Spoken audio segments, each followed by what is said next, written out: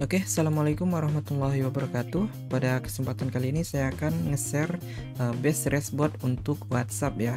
Jadi base respond ini artinya maksudnya adalah dasar ya atau kerangka kode yang digunakan untuk mengkoneksikan ke platform WhatsApp. Oke, langsung saja kita tes ya untuk cara memakainya dan mengembangkannya seperti apa.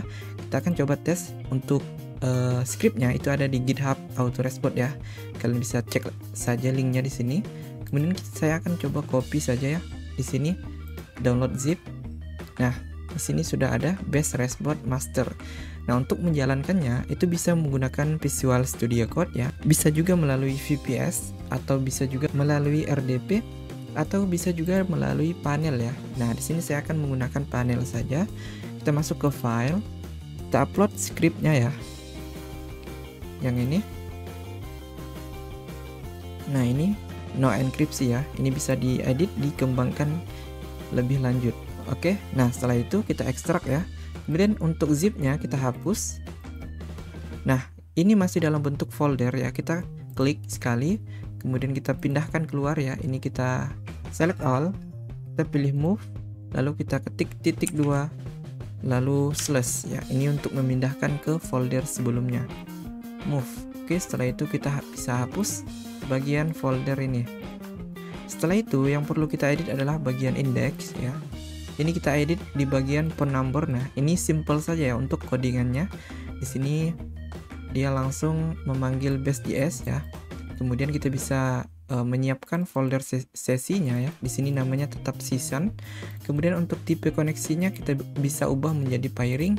Ya, ini buat pakai kode untuk satu HP biasanya, atau juga bisa pakai QR ya. Ini bisa kita ganti ke QR kalau mau pakai scan. Kemudian untuk nomornya kita bisa ganti, dan saya sudah siapkan satu nomor WhatsApp ya. Kita copy saja untuk nomornya. Lalu kita masukin ke sini. Kita edit. Nah, setelah itu kita save. Codingannya sangat simple ya, karena ini base dasarnya ya atau kerangka dari kodenya. Kita ke konsol lalu restart.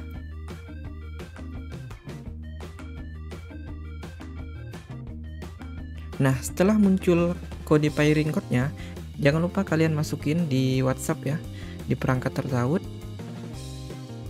Kemudian tautkan perangkat dan tautkan dengan nomor telepon ya. Kita ketik, kita masukin kodenya.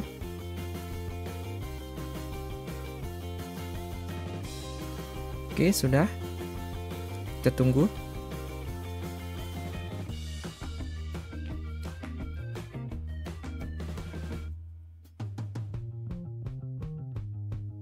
Nah, di sini sudah terlihat ya bots berhasil terhubung. Nah, kita akan coba tes ya. Kita akan coba tes dulu di sini. Atau kita lihat kodenya dulu ya. Di sini masuk ke file, kemudian ke index. Nah, kita lihat di sini ketika botnya sudah berhasil connect ya, dia akan ada lognya ya, bot berhasil terhubung. Nah, kemudian di sini ada event ya. Event ini yang pertama untuk menerima pesan. Jadi kalau ada pesan masuk, nanti dia akan masuk ke sini. Kemudian ada juga call ya. Ini ketika ada yang nelpon ya. Kemudian ada group update. Ini untuk ketika ada perubahan di grup ya. Misalkan member masuk atau member keluar, ada perubahan intinya di grup, maka dia akan masuk ke sini. Kemudian juga ada untuk koneksinya ya. Misalkan terputus, event untuk disconnect. Jadi akan muncul di sini. Oke, kita akan tes dulu di bagian event ketika pesan masuk ya. Nah, di sini ketika ada konten ini isi dari teks ya, dari percakapan atau dari orang yang ngetik ya. Misalkan ada ping seperti ini, dia akan dibalas seperti ini. Pong, ini pesan otomatis dari bot. Nah, kita akan coba tes ketik ping di sini.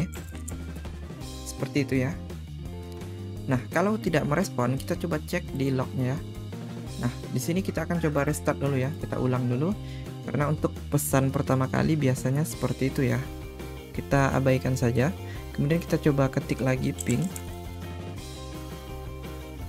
Nah, di sini sudah dibalas ya, pong.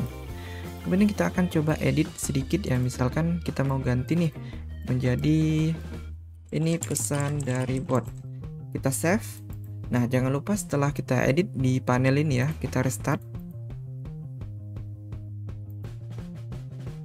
Kita tunggu dulu.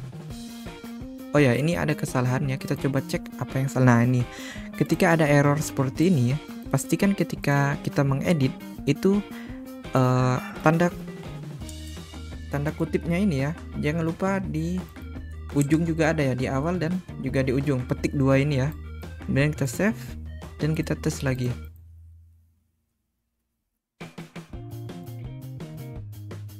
Nah, sudah, kita akan coba tes ketik ping. Harusnya balasannya berbeda ya. Nah, ini udah. Halo, ini pesan dari bot.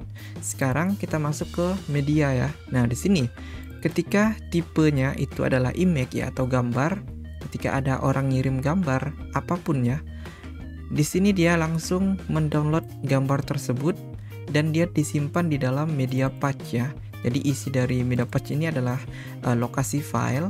Kemudian dia langsung mengirimkan file tersebut ya. Misalkan ini contoh gambar dari bot, ini captionnya.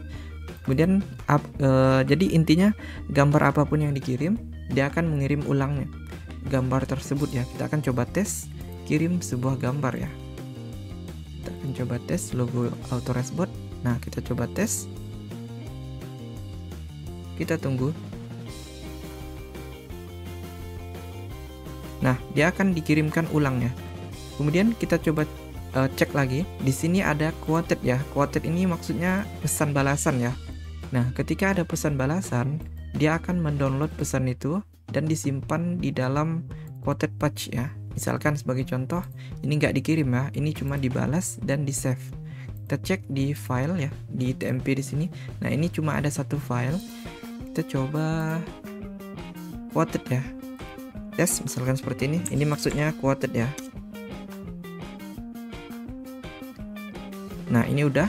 Kita lihat di lognya. Nah, media quoted tersimpan di TMP. Nah, di sini. Oke. Nah, selanjutnya ini bisa dikembangkan lebih lanjut ya untuk membuat sebuah bot WhatsApp yang kompleks. Nah, kemudian ketika saya restart ya, ini otomatis menghapus seluruh file yang ada di folder TMP. Jadi ini udah aman dari caci atau sampah-sampah berkas ya. Kita coba tes. Kita tunggu dulu. Nah, ini sudah hilang. Oke, mungkin itu saja untuk video kali ini. Buat yang suka dengan video-video seperti ini, jangan lupa komen dan sampai jumpa di video selanjutnya.